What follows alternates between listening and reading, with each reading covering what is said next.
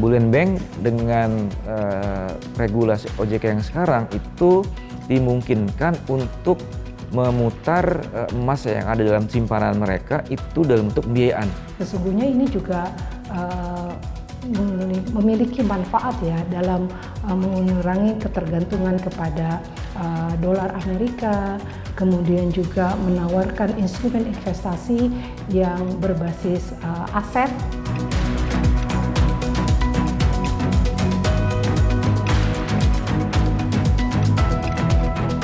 Dan memang itu kayaknya nabung yang sangat lumayan gitu ya, daripada kita mungkin nabung di bank konvensional, bank biasa atau deposito itu bunganya sedikit. Jadi ya saya lebih baik ke cicil emas.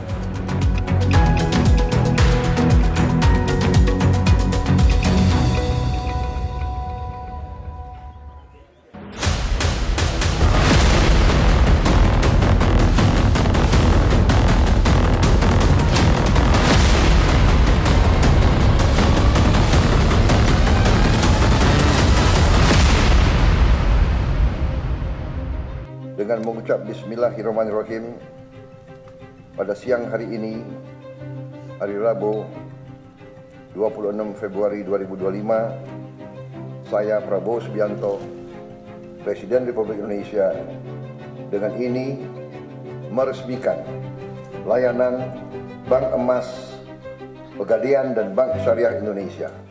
Terima kasih. 2, 1.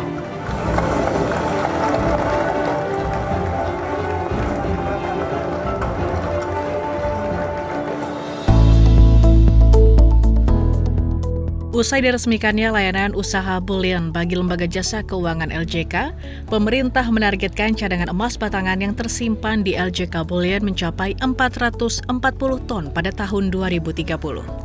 Bullion Bank atau Bank Emas dibentuk oleh pemerintah untuk mengoptimalkan cadangan emas nasional yang selama ini banyak mengalir ke luar negeri tanpa pengelolaan maksimal di dalam negeri. Kajian yang dilakukan PT Pegadaian pada tahun 2023 menyebut Indonesia memiliki cadangan emas sekitar 2.600 ton.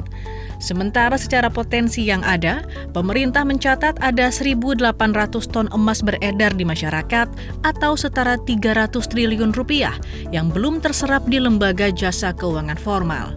Belum lagi bicara soal ekspor emas mentah Indonesia ke luar negeri atau DOR yang bisa mencapai 5 miliar US dollar per tahun dengan nilai impor emas batangan tercatat mencapai 2 miliar US dollar per tahun. US Geological Survey mencatat produksi emas Indonesia pada tahun 2024 mencapai 100 metrik ton dan menempatkan Indonesia sebagai peringkat ke-10 negara dengan produksi emas terbesar di dunia. Kehadiran Bank Emas menjadi jembatan penghubung antara produsen penghasil emas di sisi hulu dengan industri perhiasan dan masyarakat di sisi hilir. Kebutuhan akan pembiayaan hingga bahan baku dapat difasilitasi oleh Bank Emas melalui berbagai produk layanan di lembaga jasa keuangan atau Bank Emas seperti simpanan, pembiayaan, perdagangan, hingga penitipan emas. Deputi Bidang Koordinasi Pengelolaan dan Pengembangan Usaha Badan Usaha Milik Negara Kementerian Koordinator Bidang Perekonomian Ferry Irawan menyatakan kegiatan usaha bullion atau Bank Emas erat kaitannya dengan Asta Cita Prabowo Gibran terkait program hilirisasi. Smelter PT Freeport Indonesia di kawasan ekonomi khusus Gresik yang memiliki kapasitas produksi emas hingga 50 ton per tahun misalnya, bisa dimaksimalkan untuk industri dalam negeri melalui operasionalisasi bank emas. Dari emas yang dihasilkan oleh Freeport atau produsen lainnya, ini kita harapkan bisa ditampung di Bullion Bank gitu ya. Nah, Bullion Bank dengan regulasi OJK yang sekarang itu dimungkinkan untuk memutar emas yang ada dalam simpanan mereka itu dalam bentuk pembiayaan. Jadi kalau sekarang misalnya kan masyarakat punya emas taruh di bantal, ini kan nggak bisa kita apa-apakan gitu ya. Tapi kalau dengan Bank Bullion tadi, tadi emas yang ada disimpan di Bullion Bank, nanti dari Bullion Bank paling nggak 70% yang mereka simpan itu bisa disalurkan kembali untuk dalam bentuk pembiayaan bentuknya emas gitu ya. Ini kita harapkan bisa memutar roda perekonomian lebih cepat gitu ya. Optimalisasi pemanfaatan potensi emas dituangkan dalam Undang-Undang Nomor 4 Tahun 2023 tentang pengembangan dan penguatan sektor keuangan atau P2SK, di mana turut mengatur tentang operasionalisasi kegiatan usaha bullion atau bank emas. Regulasi bank emas kemudian diatur dalam Peraturan Otoritas Jasa Keuangan (POJK) Nomor 17 Tahun 2024. Aturan ini menjelaskan dengan rinci, mulai dari jenis kegiatan usaha bullion hingga penerapan strategi anti-fraud dan perlindungan konsumen. Jadi kalau ada misalnya di OJK, namanya lembaga jasa keuangan ya, tapi bukan core bisnisnya itu, contoh perusahaan asuransi, perusahaan penjaminan, atau dana pensiun. Kami juga mau dong usaha bullion, nah itu nggak bisa, karena core atau kegiatan utamanya bukan penyaluran kredit atau pembiayaan. Itu syarat utamanya. Syarat kedua memenuhi syarat modal minimum tentunya. Ya ini di awal ya berdasarkan hasil kajian kami, karena ini bisnis baru memerlukan kesiapan, operasionalisasi, tata kelola yang baik, itu kami menetapkan modal minimumnya itu masih cukup besar sekarang, 14 triliun. Dengan berbagai pertimbangan tadi, karena untuk bisnis ini kan perlu investasi besar. Kegiatan usaha bullion menjadi bentuk diversifikasi produk jasa keuangan yang memanfaatkan monetisasi emas sebagai sumber pendanaan. Layaknya perbankan yang menjalankan fungsi intermediasi, kegiatan usaha bullion juga berperan menghimpun dan menyalurkan, tetapi dalam bentuk emas. Emas yang dimaksud merupakan logam mulia berbentuk batangan lempengan, tidak berupa mata uang, dengan kandungan aurum paling rendah 99,9% yang telah berstandar nasional Indonesia. Aspek kehati-hatian akan menjadi kunci dalam memastikan akuntabilitas dan transparansi pelaksanaan bullion bank. Otoritas Jasa Keuangan (OJK) mengawasi ketat lembaga jasa keuangan (LJK) maupun industri keuangan non-bank (IKNB) yang menjalankan layanan bank emas. OJK selaku regulator juga telah mengatur terkait tata kelola dan manajemen risiko termasuk sistem pelaporan, namun tetap mengedepankan kerahasiaan nasabah. Evaluasi juga bakal dijalankan OJK kepada LJK maupun IKNB yang memiliki layanan bank emas. Kami ingin memastikan bahwa mereka menyalurkan secara prudent sesuai ketentuan, tapi kalau yang disimpan nasabah, kami juga harus tahu, tapi nggak per individu ya. Tapi kami harus tahu berapa besaran emas masyarakat yang disimpan. Ya mudah-mudahan dengan model seperti itu, apalagi sudah ada ketentuan pokoknya tadi mengenai tata kelolanya, manajemen risikonya, bagaimana dia harus mengelolanya. Itu nanti kami memonitor dari pelaporan yang disampaikan mereka secara khusus. Kehadiran bank emas menjadi instrumen investasi dan aset pelindung yang dijamin oleh negara.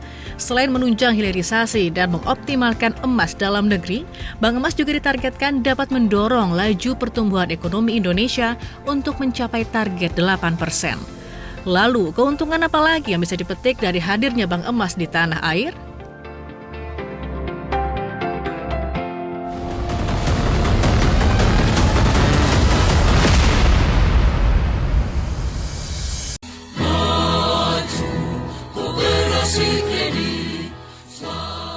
KSP Kopdit Swastisari adalah koperasi primer tingkat nasional yang sudah berdiri sejak 1988. Kantor pusat KSP Kopdit Swastisari terletak di Jalan Sumatera nomor 30C, Kelurahan Fatu Besi, Start A, Kota Kupang. Ada 30 kantor cabang dan 82 kantor kas yang tersebar di Nusa Tenggara Timur, Bali, Jawa Timur, Kepulauan Riau, dan Kalimantan. Saat ini, KSP Kopdit Swastisari sudah dilengkapi dengan 5 mesin ATM. Membangun ekonomi masyarakat melalui koperasi kredit Swastisari dan memberantas koperasi harian yang mencekik masyarakat. Kopdit Swastisari terdepan dan terpercaya. KSP Kopdit Swastisari memiliki lebih dari 250.000 anggota dengan total aset mencapai lebih dari 1 triliun rupiah. Membantu usaha produktif anggota khususnya di sektor real menjadi sasaran jangka panjang Kopdit Swastisari. Untuk keanggotaan dan informasi lain, hubungi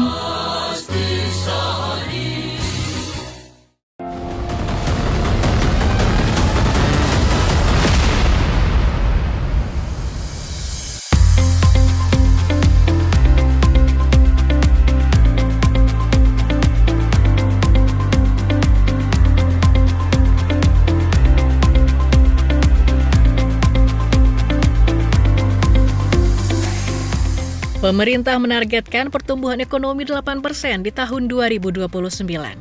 Bullion Bank atau Bank Emas digadang-gadang jadi salah satu langkah strategis untuk mencapai target tersebut.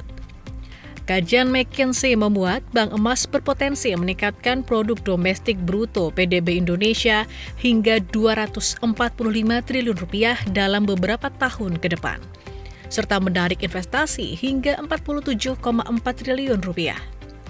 Operasionalisasi Bank Emas juga diprediksi dapat meningkatkan peredaran uang sebesar 156 triliun rupiah. Hadirnya Bank Emas dapat mendukung industri emas tanah air bisa lebih berkembang. Pertumbuhan ekonomi juga diharapkan jadi lebih positif melalui pembukaan lapangan kerja baru di sektor emas.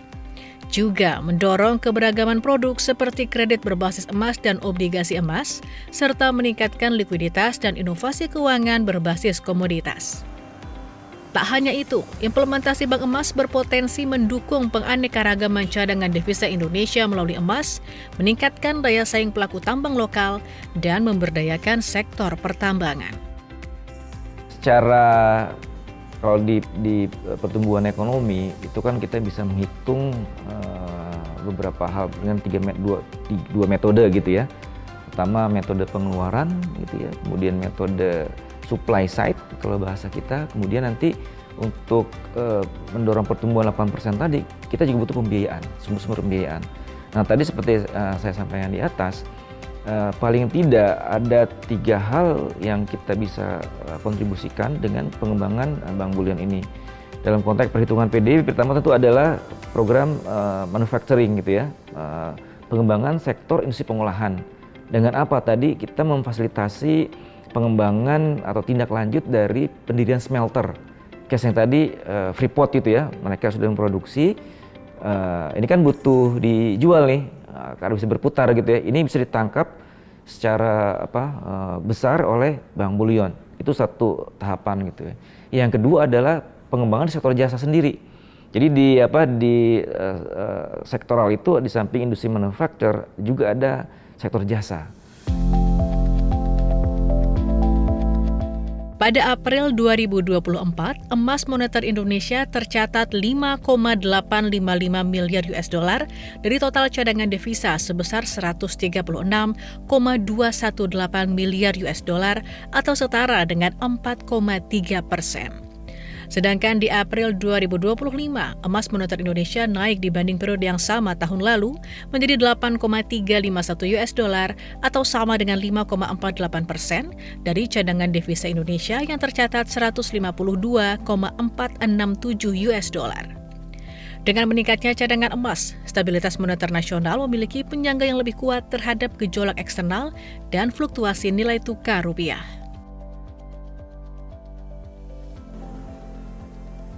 Emas kerap dianggap sebagai aset safe haven lantaran nilainya yang cenderung stabil, bahkan dapat meningkat di saat kondisi ekonomi tidak stabil seperti ketika terjadi krisis keuangan, inflasi, atau perang.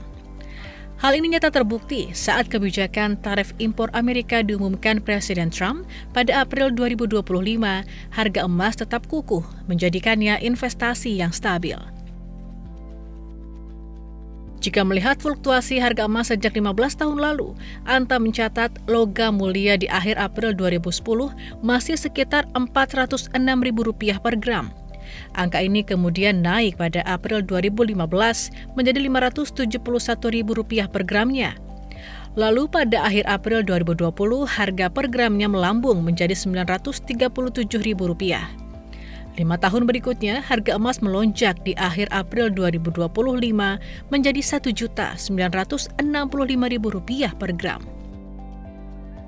Ketua Program Studi Doktor Perbankan Syariah Fakultas Ekonomi dan Bisnis UIN Syarif Hidayatullah Jakarta, sekaligus Kepala Center for Syariah Economic Development INDEF, Nur Hidayah menilai, bank emas merupakan strategi yang cukup potensial dalam menstabilkan sistem perekonomian.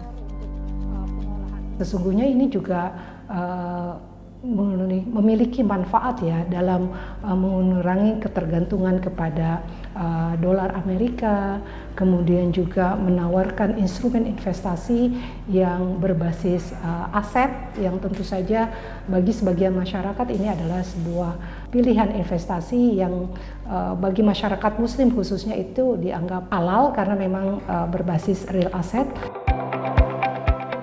Kegiatan usaha Bullion Bank juga memberikan imbas positif bagi industri perhiasan tanah air melalui akses bahan baku emas berstandar nasional atau SNI maupun London Bullion Market Association (LBMA).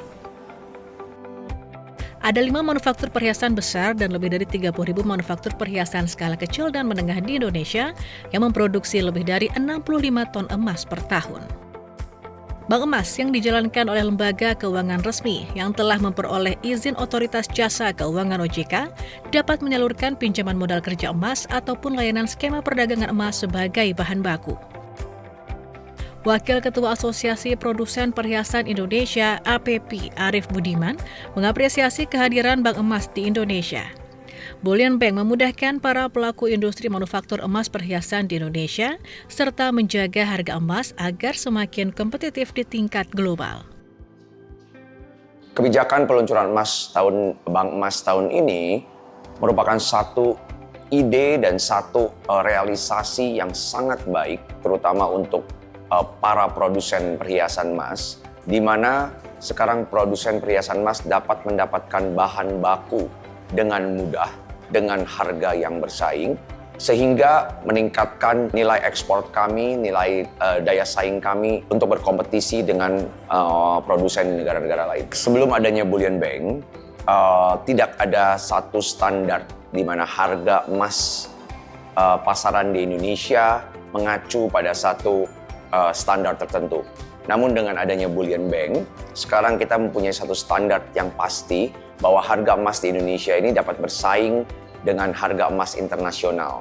Yang sebelumnya kita mendapatkan harga emas di Indonesia ini jauh lebih mahal dibandingkan dengan harga emas internasional. Bank Syariah Indonesia dan PT Pegadaian menjadi 2 entitas yang sejak awal peluncuran bank emas telah mendapat lampu hijau dari OJK untuk menyelenggarakan Bullion Bank. Apa saja ragam layanan dan bagaimana cara berinvestasi bank emas?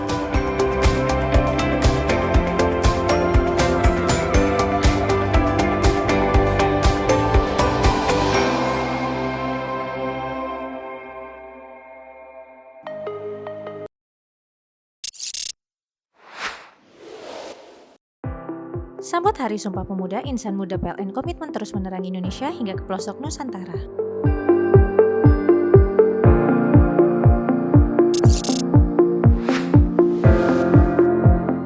Semangat Hari Sumpah Pemuda dan HLN ke-80, PLN Peduli PLN UIP Nusra bangun sarana air minum bersih buat warga 2 Gendang di Ulumbu.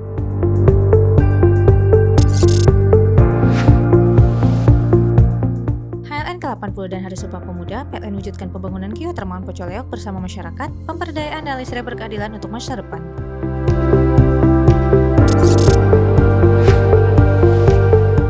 Buktikan semangat Hari Sumpah Pemuda, PLN Peduli bersama SMKN Santo Aloysius Ruteng, komitmen melahirkan ekosistem electrifying vehicle atau EV di Manggarai.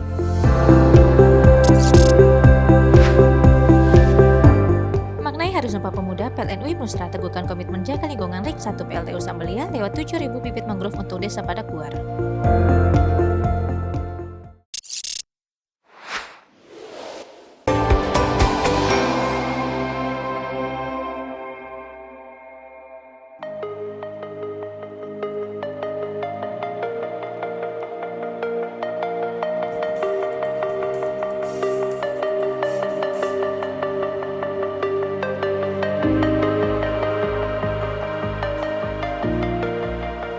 Sejak diluncurkan pada Februari 2025, PT Pegadaian dan Bank Syariah Indonesia telah mendapat restu Otoritas Jasa Keuangan OJK untuk menjalankan kegiatan usaha bulian atau bank emas.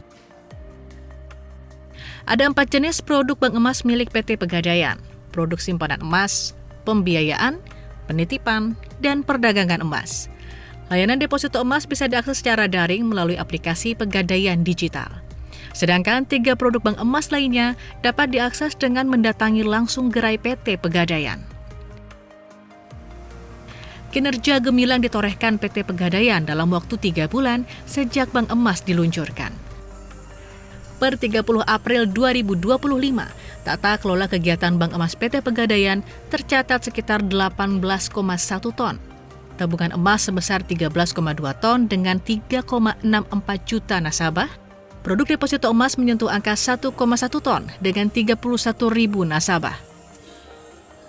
Mengumpulkan 150 kg atau setara 233 miliar rupiah pada layanan pinjaman modal kerja emas, serta produk lainnya seperti perdagangan emas meraup 1,2 ton atau senilai 2 triliun rupiah dan layanan titipan emas korporasi berjumlah 2,9 ton. PT Pegadaian juga tengah mengelola gadai emas yang tercatat mencapai 93 ton emas. Direktur Pemasaran dan Pengembangan Produk PT Pegadaian, Elvi Rofiqotul Hidayah menyatakan bahwa kehadiran bank emas tak hanya memberikan dampak positif bagi lembaga keuangan, namun juga bagi masyarakat melalui peningkatan nilai tambah emas, menciptakan diversifikasi instrumen investasi emas, serta peningkatan inklusivitas keuangan. Untuk menjaring lebih banyak nasabah mengakses produk bank emas, PT Pegadaian berusaha menciptakan rasa aman dan nyaman melalui berbagai jaminan mutu produk yang ditawarkan. Alhamdulillah, Pegadaian ini memberikan yang pertama tentu karena kita mengutamakan ya keamanan dan kenyamanan nasabah atau customer kita. Tentu kita yang pertama vaulting tempat penyimpanan kita ini udah memiliki standar internasional. Dan grade-nya itu grade 10 dari 14 standar global ya. Kemudian yang kedua, Pegadaian ini sebagai BUMN ini ada pemeriksaan rutin oleh lembaga-lembaga yang berwenang memeriksa di Pegadaian. Ada 4 lembaga yang secara resmi melakukan pemeriksaan, termasuk di dalamnya adalah emas-emas yang disimpan di masyarakat di Pegadaian. Kemudian yang ketiga, kita sudah bekerja sama dengan pihak asuransi, di mana setiap emas yang dititipkan di Pegadaian itu mendapatkan fasilitas asuransi. Sehingga ini adalah jaminan kepada masyarakat untuk percaya kepada Pegadaian bahwa setiap emas yang dititipkan atau dilakukan transaksi di Pegadaian itu ada penjaminnya gitu. Bank Syariah Indonesia (BSI) juga menjadi pelopor lembaga jasa keuangan LJK yang melayani bank emas. BSI telah menjalankan 2 jenis layanan bank emas, yakni jual beli emas dan penitipan emas. Produk bank emas BSI bisa diakses melalui aplikasi perbankan Beyond. Cikal bakal layanan bank emas telah dikembangkan oleh BSI dalam setahun terakhir.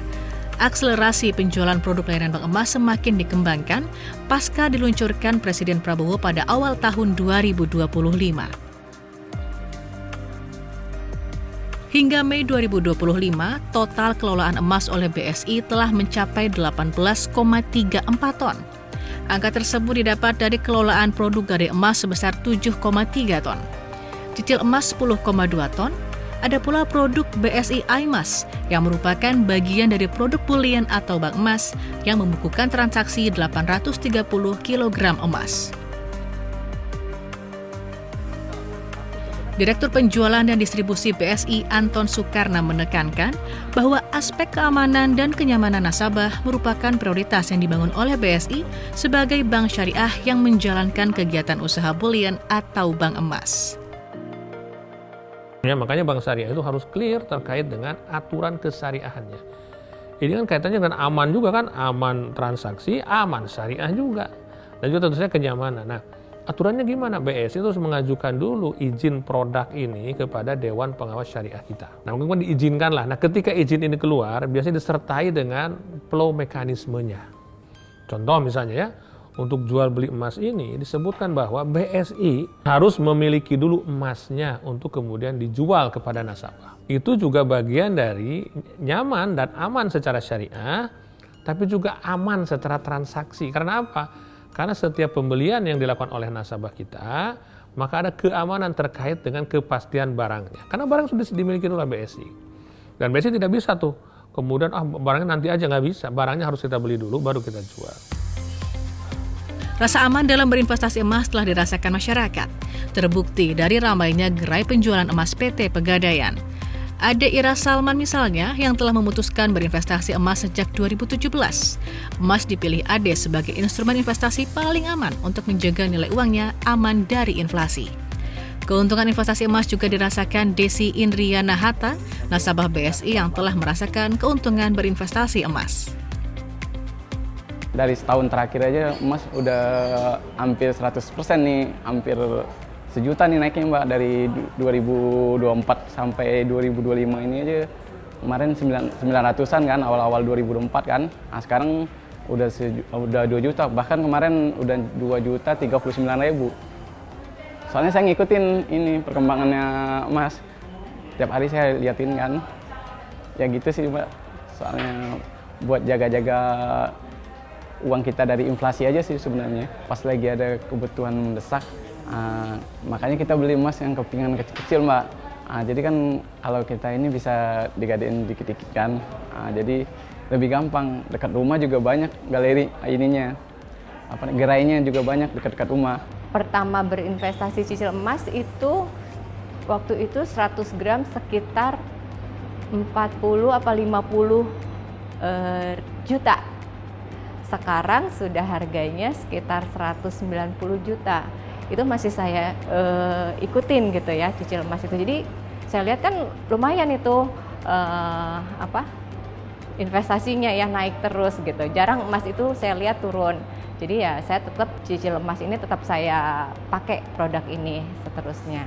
Dan memang itu kayaknya nabung yang sangat ini ya lumayan gitu ya, daripada kita mungkin nabung di bank konvensional, bank biasa atau deposito itu bunganya sedikit. Jadi ya saya lebih baik ke cicil emas.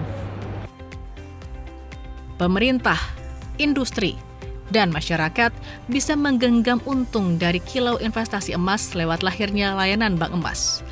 Bullion seakan menjadi karpet merah era baru investasi dan pengelolaan emas tanah air.